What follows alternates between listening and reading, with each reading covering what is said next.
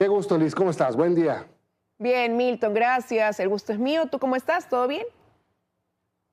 Bien y listos para empezar con las noticias y para contarles la agenda de hoy. Hoy vamos a analizar la gestión del gobierno en varios ámbitos de energía, seguridad, tema petrolero. Estará con nosotros el secretario general de la Administración Pública, Arturo Félix. Y también nos va a acompañar Johnny Terán, prefecto de Los Ríos, una de las provincias de la costa ecuatoriana que tiene un alto índice de violencia. Sus carreteras no son exentas tampoco de pasar por este que es el principal problema para los ecuatorianos, la inseguridad. Con él analizaremos precisamente este y otros temas. Bueno, y empezamos a esta hora, 7:02, con temas políticos.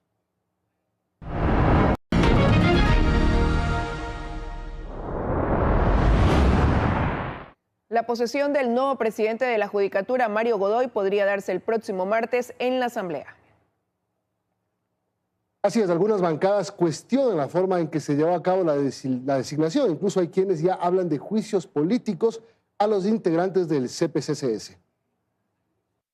En la Asamblea estaba todo listo para posesionar este jueves a Dunia Martínez como presidenta de la Judicatura, pero la decisión del Consejo de Participación Ciudadana de retroceder en su nombramiento y en su lugar designar a Mario Godoy obliga al Legislativo a fijar nueva fecha y cambiar la convocatoria. Posiblemente alcanzaremos a convocar para el martes de la próxima semana, obviamente con la inmediatez que la Constitución y la ley nos exigen.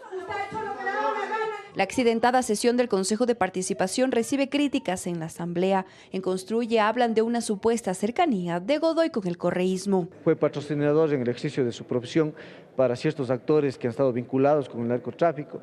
Ha sido también vinculado con netamente la defensa de actores del correísmo, y eso a nosotros nos deja una preocupación. La Revolución Ciudadana lo niega. Insisten en que la designación de Dunia Martínez estaba en duda por inconsistencias en la votación, al punto de que la Comisión de Fiscalización tuvo que intervenir. Para afirmar una narrativa como esa deberían haber hechos puntuales, sólidos, consistentes, para que nos ayuden a afirmar una u otra cosa. Adrián Castro, de la bancada de gobierno, va más allá. Dice que, por ejemplo, de por medio está la designación de jueces y que allí radican los intereses particulares. En el evento en que traten de rever o de meterle mano a las causas importantes del país, aquí nos van a tener firmes, frontales, directos. Aquí no hay compromiso ni patentes de corso para nadie. Y como consecuencia, entre las diferentes bancadas empieza a barajar la posibilidad de un juicio político en contra de los vocales del Consejo de Participación Ciudadana debido a las irregularidades en la designación de esta autoridad.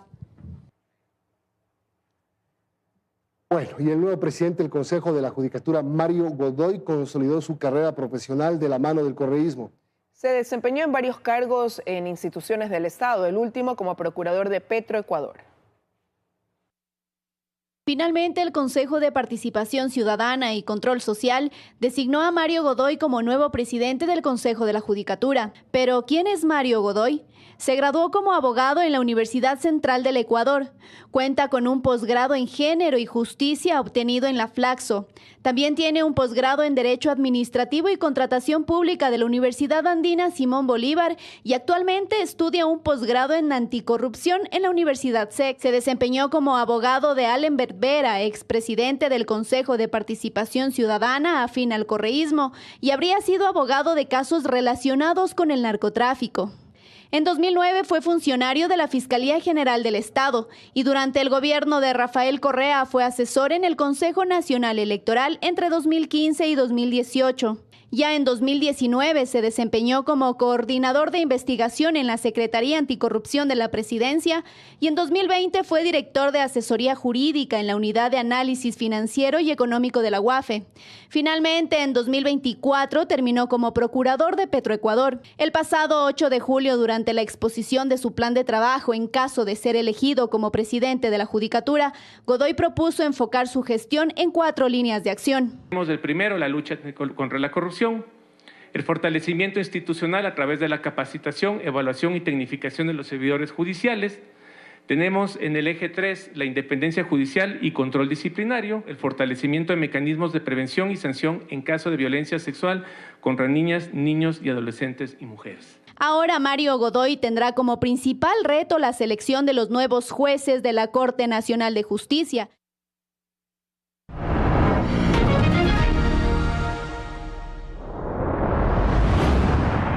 Al interior del Consejo de la Judicatura se investiga una aparente venta de cargos administrativos de hasta $3.000. Por el momento, 3 hombres están procesados por presunta usurpación y simulación de funciones. El hecho se remonta al 18 y 19 de junio de este año, fechas en las que 3 sujetos habrían llegado hasta el Consejo de la Judicatura con el objetivo de reunirse con funcionarios de este órgano de justicia, principalmente con el presidente subrogante Álvaro Román. 2 de los ciudadanos habrían mencionado que son funcionarios del Ministerio del Interior, algo que resultó no ser cierto. Que estas personas estaban haciéndose pasar como asesor de la ministra del Interior y como decán de la ministra del Interior. Entonces eso nos llamó la atención porque no eran los canales normales. Y esa fue la circunstancia que nos alertó justamente para poder abrir la investigación. A uno se le encontró en el hall de la entrada con un maletín. Y en ese maletín tenía hojas de vida. Documentación con la que se presume los sujetos ofertaban cargos hasta por $3.000. ¿Qué cargos eran? Y si lo que se ofrecía era en la Judicatura o en el Ministerio del Interior, es lo que hoy se investiga. Podemos presumir que estas personas lo que trataban era tener acceso a ciertos lugares para poder demostrar que podían tener alguna influencia sobre eso. Están 2 detenidos, otro con medidas alternativas, estamos aportándole a la Fiscalía. Habían visitado algunas provincias, entre esas la de Bolívar. Yo les dije, no se mueve un solo cargo si no sale de aquí del Pleno. Yo estoy con la tesis de que en el Consejo de la Judicatura no debe haber ninguna clase de actos de corrupción. Aquí todas las cosas tienen que ser transparentes. Pero que no se dejen engañar. Aquí no se cobra un solo centavo a nadie. Por este caso, las investigaciones continúan también al interior de la Judicatura para determinar si existen funcionarios quienes serían parte de esta aparente organización delictiva dedicada a cometer este tipo de ilícitos. La Fiscalía allanó esta madrugada 2 inmuebles del ex juez de la Corte Nacional de Justicia, Byron Guillén, quien ha sido mencionado en los casos Metástasis y Purga. Los allanamientos se cumplieron como parte de una investigación por presunta concusión que inició la Fiscalía tras el testimonio anticipado que rindió Daniel Salcedo en el caso Purga a inicios de 2024. Salcedo aseguró que en el 2023, cuando estaba libre, se reunió con Guillén, quien todavía era juez en esa cita. Guillén le habría pedido $140.000 para liberarlo definitivamente del caso por lavado de activos. Entre los indicios recabados en los inmuebles de Guillén, en Manta, se encuentran documentos, celulares y dispositivos electrónicos.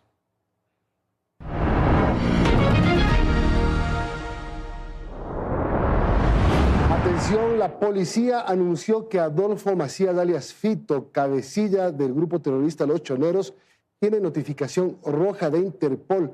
Esto permitirá la localización y la captura en 196 países, según la policía. La alerta se constituye en un apoyo a la búsqueda de prófugos de la justicia. La policía instó a que si alguien tiene algún conocimiento sobre el paradero de alias Fito, entregue esta información al 1-800-DELITO. Recordemos que Adolfo Macías se encuentra prófugo de la justicia desde enero de este año. En menos de 8 horas, 4 personas fueron asesinadas en 3 incidentes violentos registrados en los cantones Machala y Pasaje en la provincia del Oro.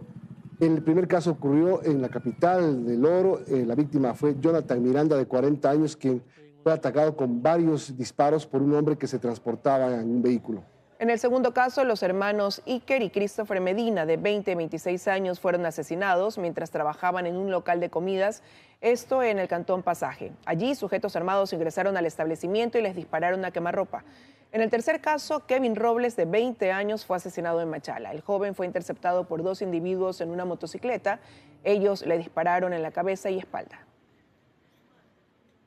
2 personas fallecidas y un herido se registró la tarde de ayer en las calles 6 de Marzo y Luque, en el centro de Guayaquil. Testigos indicaron que escucharon una balacera en el lugar, ubicado a una cuadra del Parque Centenario. La víctima quedó tendida en la calle, donde la policía encontró varios indicios balísticos. En otro caso, un hombre fue asesinado a tiros tras un ataque violento en las calles Calicuchima y La Octava, en el suroeste de Guayaquil. La víctima iba a bordo de una camioneta cuando fue atacado. Al menos 10 orificios de bala se observaron en el vehículo. Hasta junio de este año, los secuestros se incrementaron un 43% y las extorsiones en un 138%, según el Instituto de Estudios y Capacitación de Seguridad. mientras que las muertes violentas se redujeron solo en un 15% pese a la declaratoria de conflicto armado interno.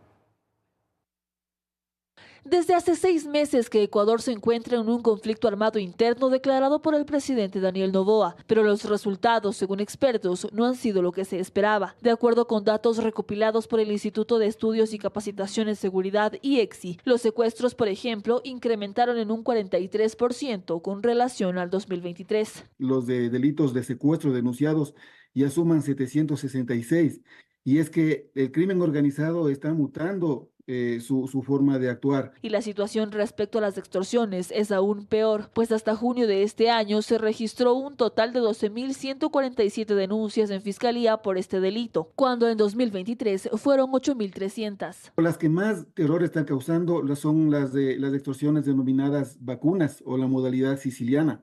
Estas vacunas ya llegan a un registro de 5.849. Para la experta en seguridad Carla Rosero, esto responde a que las bandas criminales adaptan sus modalidades frente a la incursión de la fuerza pública. Es decir, mientras tú generas medidas, estos grupos tienen la habilidad de estructurar cambios y por tanto todas las medidas táctico-operativas que se hacen en territorio, pues ellas ya lo van acogiendo, van resolviendo cómo generar sus delitos conexos. Si la situación continúa de esta manera, para finales de año las cifras romperán récords. Yo no hago nada si sigo luchando en la parte operativa, táctica y en territorio, si de repente ese delincuente que entró a una cárcel a los pocos días sale. Por ello, ambos expertos coinciden en que es necesario fortalecer con equipamiento y tecnología tanto a la policía como a Fuerzas Armadas y articular acciones con la justicia y el SNAI.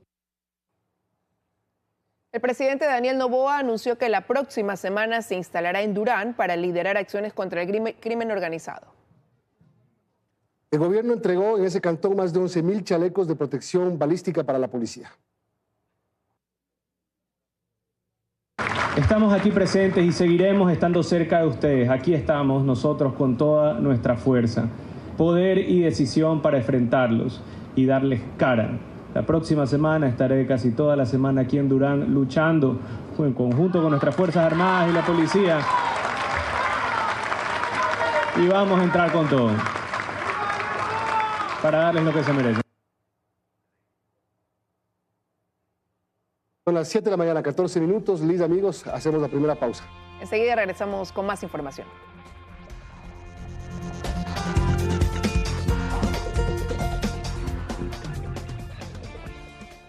Seguimos. La audiencia de juicio por el asesinato de Fernando Villavicencio se reinstalará hoy para escuchar el testimonio de los 5 procesados. Al concluir la presentación de las pruebas de descargo y tras los alegatos finales, el tribunal se retirará a deliberar.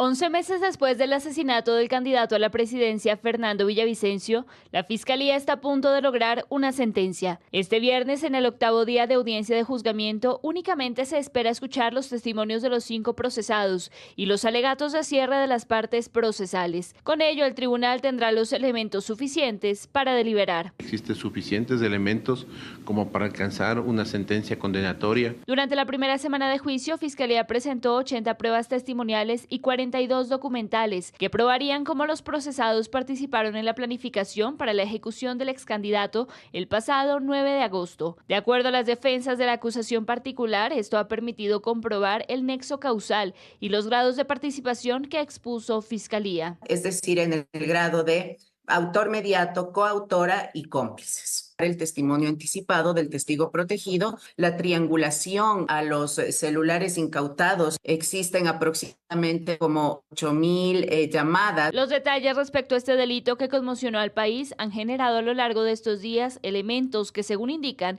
deberían derivar en otras indagaciones, como que la disposición de disparar la ejecutó Carlos Angulo Lara, alias El Invisible, desde el Centro de Rehabilitación Social de Cotopaxi, quien no solo contaba con internet por fibra óptica, sino con una cómoda celda de privación, además de que la Policía Nacional mantenía un seguimiento previo a estos implicados por delitos como el porte ilegal de armas y receptación. Hubo una buena coordinación de la información recabada por las unidades de inteligencia para alertar a la cápsula de seguridad de Fernando Villavicencio. ¿Se pudo haber prevenido el asesinato de Fernando Villavicencio? La respuesta es sí. Este caso, que inició con 13 procesados, 7 de los cuales fueron asesinados al interior de prisión, podría obtener sentencias en primera instancia en las próximas horas, penas privativas de libertad de 22 a 26 años.